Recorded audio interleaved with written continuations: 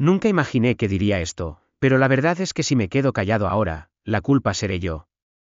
Ese día, cuando me sentí tan cerca de la muerte, Jesús me reveló algo, lo que sucedería en el año 2025. Desearía poder decirte que todo estará bien, pero no puedo. Lo que vi me sacudió hasta lo más profundo. Lo que está por venir no se parece a nada que hayamos experimentado antes. Un caos sin precedentes, una serie de acontecimientos horribles que suceden en todo el mundo. Pero lo que es aún más escalofriante es que ya ha comenzado. ¿Has notado los accidentes aéreos que siguen ocurriendo uno tras otro? ¿Los incendios forestales que parecen arrasar con una furia sin precedentes? ¿Las extrañas nieblas que aparecen en lugares donde nunca antes habían aparecido? Esto no es una coincidencia. Vi estas cosas incluso antes de que aparecieran en los titulares, y lo que vi fue aún peor. Pero Jesús no solo me mostró el terror que me espera. También me mostró la salida. Sé que usted puede ser escéptico, créame, yo también lo era. Pero ¿y si lo que te estoy diciendo es verdad? ¿Qué pasa si esta es la última advertencia que nos han dado a todos antes de que sea demasiado tarde? Espero que escuchen atentamente lo que tengo que decir. Es muy posible que sea el mensaje que necesitas escuchar en este mismo momento. Pero antes de profundizar, quiero preguntarte, ¿de dónde eres? ¿Y alguna vez has orado por alguien? Soy Robert Wilson, tengo 55 años. Durante más de 30 años, he estado conduciendo camiones, transportando mercancías desde Texas a California, cruzando los fríos estados del norte y realizando entregas en algunos de los terrenos más difíciles. Es un trabajo que no es para todos y hubo muchas ocasiones en las que dudé de poder seguir adelante. Pero es lo único que sé, lo único que me ha apoyado en todo lo demás. Siempre ha estado ahí para mí cuando nada más lo estaba. Solía tener una familia, una esposa y una hija, pero mi matrimonio terminó hace más de 20 años. No la culpo, y tampoco estoy seguro de poder culparme a mí mismo. Quizás no fui el mejor marido. Quizás me quedé demasiado absorto en mi trabajo, demasiado obsesionado con la carretera. O tal vez simplemente nunca aprendí cómo mantener una familia. Ya no tengo el lujo de reflexionar sobre eso. Cuando ella se fue, me lancé a recorridos más largos, viajando cada vez más lejos, dejando que los kilómetros pasaran borrosos. Mi hija ya ha crecido y ya no somos tan unidos como antes. Sé que está bien, vive su vida y tal vez ya no necesita un padre como yo. A veces le envío mensajes de texto, ella responde con algunas palabras y luego vuelve a guardar silencio. No la culpo. No puedo culpar a nadie más que a mí mismo.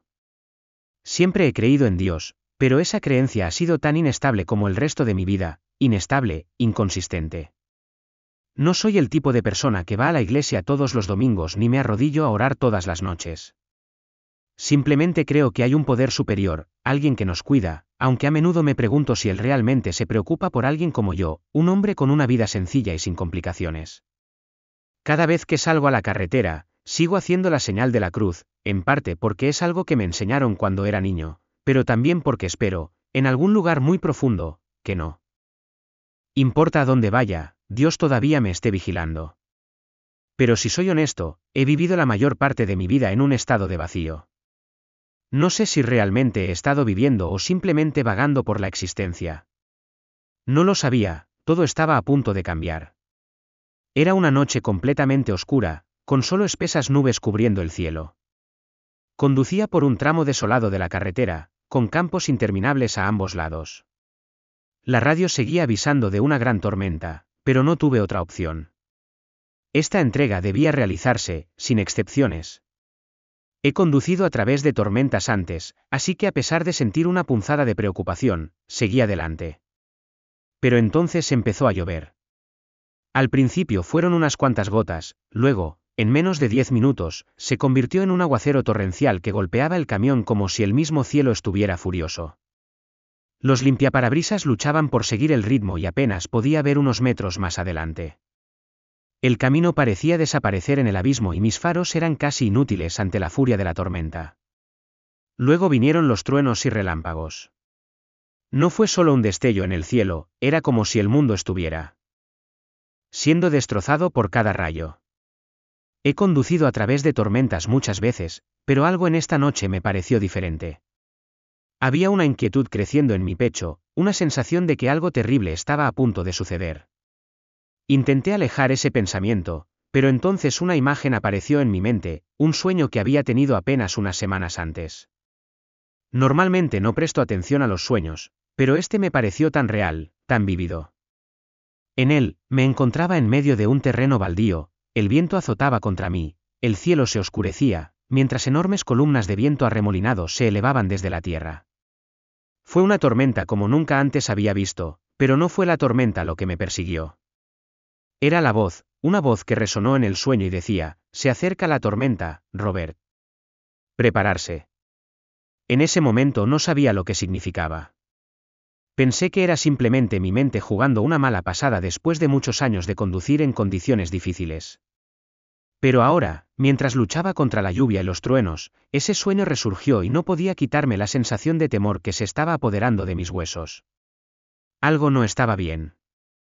Agarré el volante con más fuerza, con los ojos fijos en la carretera, mientras la sensación de urgencia seguía creciendo dentro de mí. Era como si una fuerza invisible me impulsara hacia algo inevitable. Entonces, de la nada, la vi. Una figura se encontraba en medio de la carretera, justo en el haz de mis faros. Una anciana, inmóvil bajo la lluvia.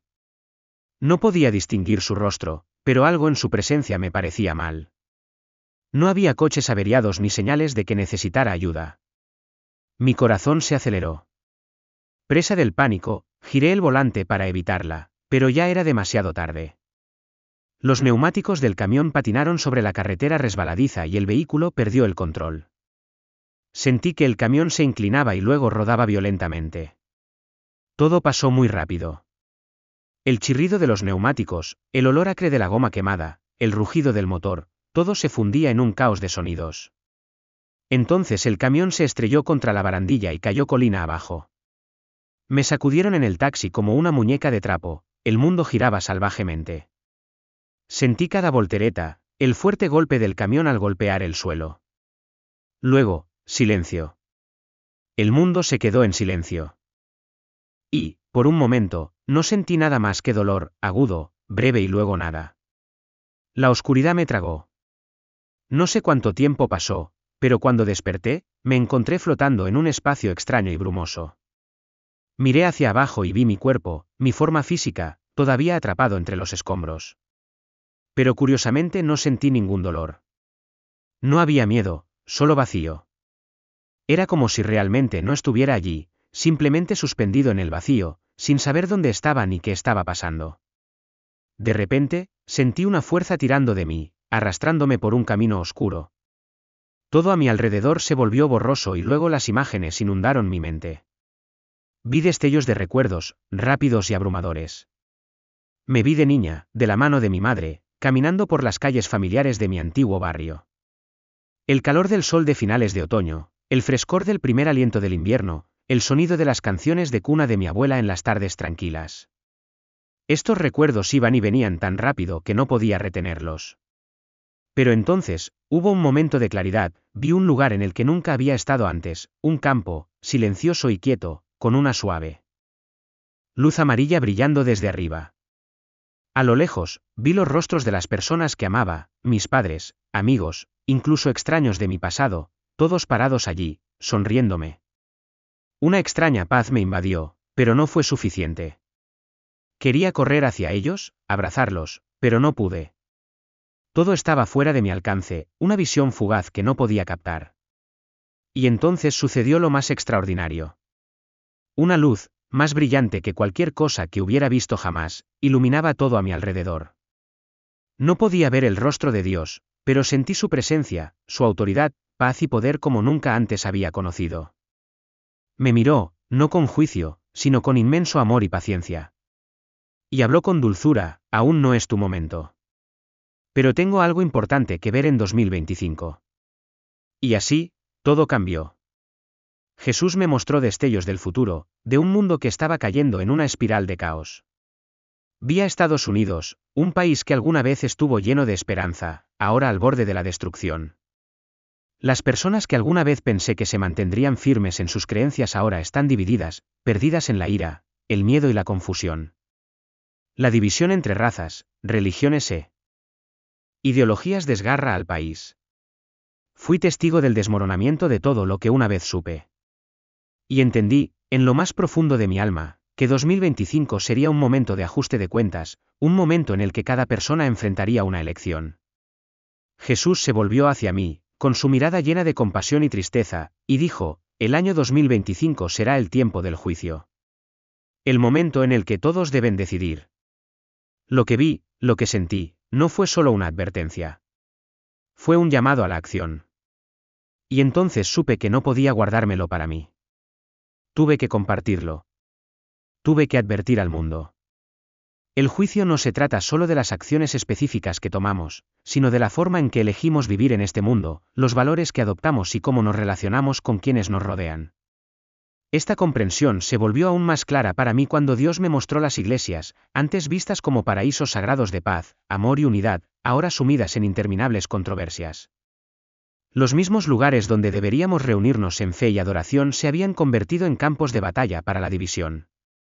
Observé cómo los seguidores de Dios, que alguna vez estuvieron uno al lado del otro en armonía, ahora se encontraron desgarrados por la lucha. Es doloroso imaginarlo, pero lo he visto de primera mano, creyentes que, no hace mucho, se unían en oración, ahora se oponen ferozmente entre sí por diferencias que nunca debieron haber existido. Las críticas, la discriminación y los debates interminables sobre las interpretaciones bíblicas se han infiltrado hasta las paredes mismas de las iglesias. Los conflictos sobre la forma correcta de practicar la fe se han vuelto comunes, y esta división no solo está debilitando nuestra fe colectiva, sino que también nos está poniendo en una posición peligrosa. La unidad a la que Dios nos ha llamado se está erosionando, dejándonos vulnerables a la decadencia espiritual. Es difícil comprender cómo algo tan hermoso y puro puede ahora estar lleno de tanto dolor y desunión. Me doy cuenta de que esta división es una amenaza directa a la esencia de lo que debería ser la fe. Veo a tantos creyentes, que alguna vez fueron firmes en su fe, ahora atrapados en el extremismo. Se han vuelto estrechos de miras, se aferran a un fragmento de la verdad e insisten en que es el todo. Para ellos, su camino es el único, y quien crea diferente está equivocado. Es desgarrador presenciarlo. Aún más trágicos son aquellos que han perdido su fe por completo, deambulando sin rumbo, sin encontrar significado ni propósito en la vida. Han perdido su conexión con Dios y ahora luchan con una profunda sensación de confusión, sin saber en quién confiar o qué creer. Esta pérdida de dirección es profundamente triste y me siento incapaz de cambiarla. Sin embargo, en medio de esta agitación, escucho una voz, clara y autoritaria, que resuena en mi mente. Es la voz de Dios, que me recuerda una verdad innegable: la división es el arma del enemigo. Unámonos en el amor y la verdad. Estas palabras son como una advertencia, aguda e inquebrantable. La división que estamos presenciando no es accidental, es la misma herramienta que el enemigo usa para debilitarnos, para distraernos de nuestro verdadero propósito. Si somos víctimas de estas divisiones, perderemos de vista la razón por la que tenemos fe en primer lugar. Sin embargo, el mensaje de Dios no se trata solo de evitar la división, se trata de fomentar activamente la unidad. La unidad en la fe no es algo que sucede por casualidad o simplemente por una confesión de palabras. Es algo que hay que vivir cada día, en cada acción. La fe no es una serie de rituales u oraciones, es una forma de vida que debe estar llena de amor, perdón y respeto mutuo. Esta es la esencia de lo que Dios nos pide que adoptemos. Él no nos llama a hablar solo del amor y la verdad, sino a encarnarlos en nuestras interacciones unos con otros. Nuestra fe debe reflejarse en nuestras acciones, o de lo contrario se vuelve vacía, desprovista de todo significado real. Siento una gran urgencia en las palabras de Dios. Él no quiere que nos contentemos con hablar simplemente del amor, quiere que lo vivamos, que lo caminemos en cada ámbito de nuestra vida. Sin el amor y la verdad en el centro de nuestra fe, nuestras oraciones y adoración se convierten en gestos vacíos. Pierden su poder y propósito. Si no podemos encontrar la unidad en el amor y la verdad, entonces nos estamos perdiendo la esencia misma de nuestra fe. En este momento comprendo que no es el momento de permitir que se arraiguen más divisiones. Este es un tiempo de reflexión profunda, un tiempo para reconsiderar nuestras acciones y comenzar a vivir nuestra fe con más sinceridad. La unidad no será fácil, pero si realmente creemos en Dios, encontraremos la fuerza para superar nuestras diferencias. Solo entonces podremos vivir en el verdadero amor y armonía a los que Él nos llama. Mientras reflexiono, la escena que tengo ante mí comienza a cambiar y me encuentro en medio de una realidad cruda y dolorosa. Soy testigo de la destrucción provocada por los desastres naturales, terremotos que arrasan ciudades enteras, tormentas e inundaciones que no dejan nada a su paso, incendios forestales que arrasan incontrolablemente y olas de calor que oscurecen el cielo. Lo que veo no es solo la devastación de la tierra, sino la angustia en los corazones de aquellos que están atrapados en la agitación. La gente huye presa del pánico y siento su terror y desesperación. Lo que me queda, sin embargo, no es solo la destrucción, sino el costo emocional más profundo que estos eventos cobran en el espíritu humano. En cada terremoto, siento la agitación no solo de la tierra bajo mis pies, sino de las almas de la humanidad. En cada tormenta, escucho los gritos de los perdidos y confundidos. Los incendios consumen no solo la tierra sino también las esperanzas y la fe de la gente. En ese momento escucho la voz de Jesús, suave pero urgente en mi corazón: esto no es un castigo, sino la consecuencia del desequilibrio espiritual de la humanidad. Estas palabras me golpean con la fuerza de la verdad y me sacan de mis pensamientos. El mensaje de Dios se vuelve más claro para mí. Los desastres naturales que estamos presenciando no son castigos divinos, sino más bien las consecuencias de una humanidad que ha perdido el contacto con su propio espíritu y con el mundo natural. En nuestra búsqueda interminable de ganancias materiales y poder, hemos olvidado los valores fundamentales del amor, la compasión y el respeto por la creación. Nos hemos alejado de las cosas que podrían sanarnos, la conexión espiritual profunda entre nosotros y con la tierra. Las guerras, la codicia, las desigualdades sociales, todo esto es el resultado de un mundo desequilibrado, un mundo que ha descuidado su salud espiritual. Mientras estoy allí en medio del caos, siento una profunda tristeza no solo por la devastación física, sino también por la crisis espiritual que enfrenta. ¿La humanidad? Dios continúa explicando que cuando la humanidad pierde su capacidad de vivir en amor y compasión, el mundo que nos rodea refleja ese desequilibrio. La tierra, en su furia, refleja la agitación de los corazones humanos. Esta comprensión es como una luz en la oscuridad, ofreciéndome una nueva comprensión. Los desastres naturales no son la voluntad de Dios, son signos de un mundo que cae en el desorden, un mundo que ha perdido el sentido del equilibrio. Dios no quiere que suframos estos dolores, quiere que sanemos, que regresemos a nuestra verdadera naturaleza de amor y compasión. Sanar la tierra comienza con sanar nuestras almas. Cuando restablezcamos nuestro equilibrio espiritual, no solo sanaremos el planeta, sino que también restauraremos la paz y la unidad que Dios planeó para la humanidad. Después de la visión de la destrucción de la naturaleza, Dios me permitió presenciar otra transformación. Vi barrios que alguna vez estuvieron llenos de vida y ahora yacen silenciosos y abandonados. Las tiendas que alguna vez estuvieron llenas de actividad permanecían cerradas, cubiertas de polvo. Los desempleados buscaban desesperadamente trabajo mientras la inflación aumentaba cada día. Era como si el viejo mundo se estuviera desmoronando y él mismo. Sistema en el que la humanidad había confiado durante tanto tiempo estuviera al borde del colapso. Jesús apareció a mi lado una vez más, su presencia cargada de tristeza. Robert, dijo, este sistema ya no puede sostenerse. Está construido sobre una base de avaricia y egoísmo. Es hora de reconstruir, pero no de la manera que piensas. Sentí la gravedad de sus palabras en lo más profundo de mí. El sistema económico mundial, impulsado por la búsqueda de riqueza y poder, ya no puede continuar. Un sistema que sirve solo a unos pocos a expensas de la mayoría ya no es viable. Dios habló de un nuevo camino, un nuevo sistema donde la justicia, la compasión y el compartir son los pilares. Es un sistema construido sobre la base de que la riqueza y el poder deben compartirse, no acumularse. Es un mundo donde se satisfacen las necesidades de los vulnerables y donde el amor y la compasión guían nuestras acciones. Pensé en las injusticias que he presenciado a lo largo de mi vida, la disparidad entre unos pocos ricos y muchos que luchan. Las palabras de Dios dejaron claro que este sistema económico, que solo valora el dinero y el poder, no solo es injusto sino que está espiritualmente en quiebra. A los ojos de Dios, la economía no es una herramienta para el beneficio personal, está destinado a servir a todos. Es un medio para garantizar que todos tengan oportunidades, un lugar donde los ricos comparten con los necesitados, donde nadie se queda atrás. Esta visión era clara para mí: la verdadera prosperidad no se basa en el sufrimiento de los demás. Se basa en la responsabilidad compartida, la compasión y la justicia. Mientras permanecía allí en silencio, el peso de las palabras de Dios me presionó.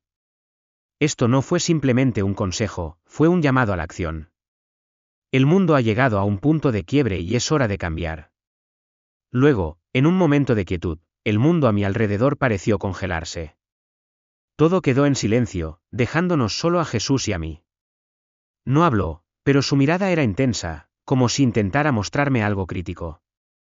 De repente, aparecieron imágenes ante mí: hombres vestidos con ropa fina, de pie con confianza en plataformas altas, proclamándose salvadores y prometiendo guiar a otros fuera de la oscuridad. Sus palabras fueron suaves y convincentes, atrayendo a la gente con promesas de salvación. Pero mientras miraba, sentí una extraña inquietud, una sensación de que algo no estaba bien. Jesús me miró, sus ojos buscando los míos. Robert, dijo en voz baja, estos son falsos profetas. Manipulan los miedos y las inseguridades de la gente, utilizando el caos de 2025 para atraer a los débiles y a los ciegos. Prometen salvación, pero solo buscan poder para ellos mismos. Sus palabras resonaron con una autoridad silenciosa pero inquebrantable. Lo entendí inmediatamente. Estos falsos líderes se estaban aprovechando de los miedos y ansiedades de la época, usándolos para construir sus propios imperios, no de fe, sino de control.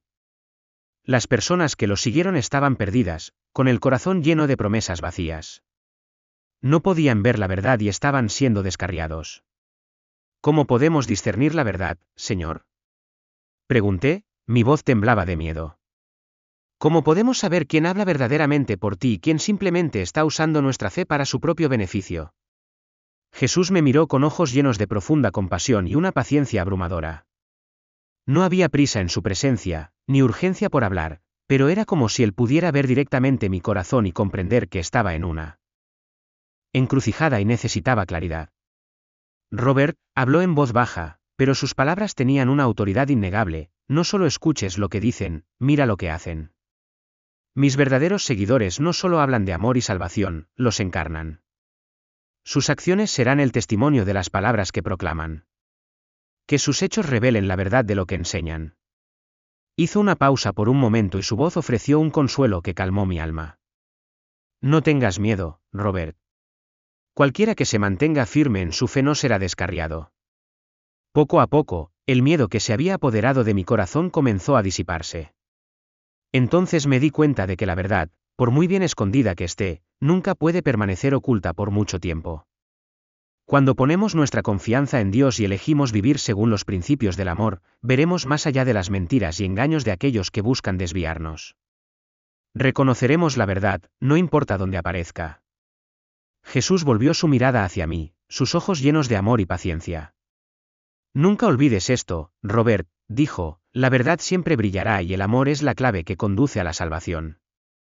Vive según estos valores y nunca permitas que nada ni nadie te desvíe de tu camino. Allí de pie, una sensación de paz me invadió. El mundo que me rodeaba, lleno de caos y engaño, no había cambiado, pero en ese momento, las palabras de Jesús me cimentaron en la verdad inquebrantable. Sabía que si me mantenía firme en mi fe, no me engañarían. En medio de toda la agitación, todavía había esperanza. Incluso mientras era testigo del sufrimiento y la confusión a mi alrededor, comencé a ver destellos de luz atravesando la oscuridad. En medio de todo este dolor, observé un profundo sentido de humanidad aún viva. Los pobres, los abandonados y los oprimidos, personas rodeadas de ira y miedo, se estaban uniendo. Compartieron lo poco que tenían, ayudándose y protegiéndose unos a otros de maneras que desafiaban la dureza del mundo. Podía imaginarme vívidamente un grupo pequeño, no muy numeroso, pero cada persona dispuesta a compartir una comida, una bebida, lo que tuvieran, con los demás. No permitieron que la escasez, la división o el miedo los separaran. En cambio, sabían en su corazón que, en estos tiempos difíciles, el amor y el cuidado mutuo eran las únicas cosas que podían sostener la esperanza. Recuerdo un pequeño pueblo por el que pasé, donde una madre abrió su puerta a una familia que necesitaba refugio. Les ofreció el poco pan y agua que le quedaba, mientras ella y sus hijos apenas tenían lo suficiente para pasar el día. Pero ni la madre ni sus hijos se sintieron privados, porque la compasión en sus corazones llenó los espacios que de otro modo podrían haber estado vacíos. La paz en ese acto de bondad fue palpable. Ante la adversidad, tenía claro que el amor y la compasión eran las fuerzas que daban vida, incluso en las circunstancias más desoladas. No pude evitar recordar las palabras que Jesús me había dicho. Robert, había dicho, la compasión es la verdadera fuerza. No es debilidad, sino una fuerza que puede vencer todas las pruebas. Solo cuando las personas realmente entienden cómo amarse unos a otros, cuando ven el dolor en los ojos de los demás y responden con amor, llegarán a conocer todo el poder de la fe. Podía sentir la verdad de sus palabras resonar profundamente dentro de mí. La compasión no es algo otorgado desde arriba ni un acto de caridad, es un sentimiento compartido, una conexión profunda y sentida. Jesús no solo nos había enseñado a amarnos unos a otros cuando la vida era fácil, sino a amar especialmente cuando todo a nuestro alrededor se estaba desmoronando. Fue en esos momentos de desesperación que el amor se convirtió no solo en un salvavidas sino en el arma más potente contra la oscuridad. Jesús también me habló del perdón. El perdón, Robert, no se trata solo de sanar las relaciones. Se trata de sanar el alma, explicó. Perdonar no es lo mismo que olvidar. Se trata de liberarte de las cadenas del resentimiento. Cuando perdonas, abres la puerta a la curación, no solo para la otra persona, sino también para ti mismo. Solo a través del perdón puedes alcanzar la verdadera libertad. Ya no estarás agobiado por las heridas del pasado y comenzarás a ver la luz, incluso en los días más oscuros. El perdón es el camino hacia la paz y es la clave para sanar todas las heridas. Al reflexionar sobre las personas que había conocido durante mi viaje, particularmente aquellas en comunidades pequeñas y muy unidas, me di cuenta de que realmente habían abrazado las lecciones de la compasión y el perdón. Para ellos, estas no eran meras palabras, eran la base de sus vidas. Vivían del amor, no solo hablaban de él.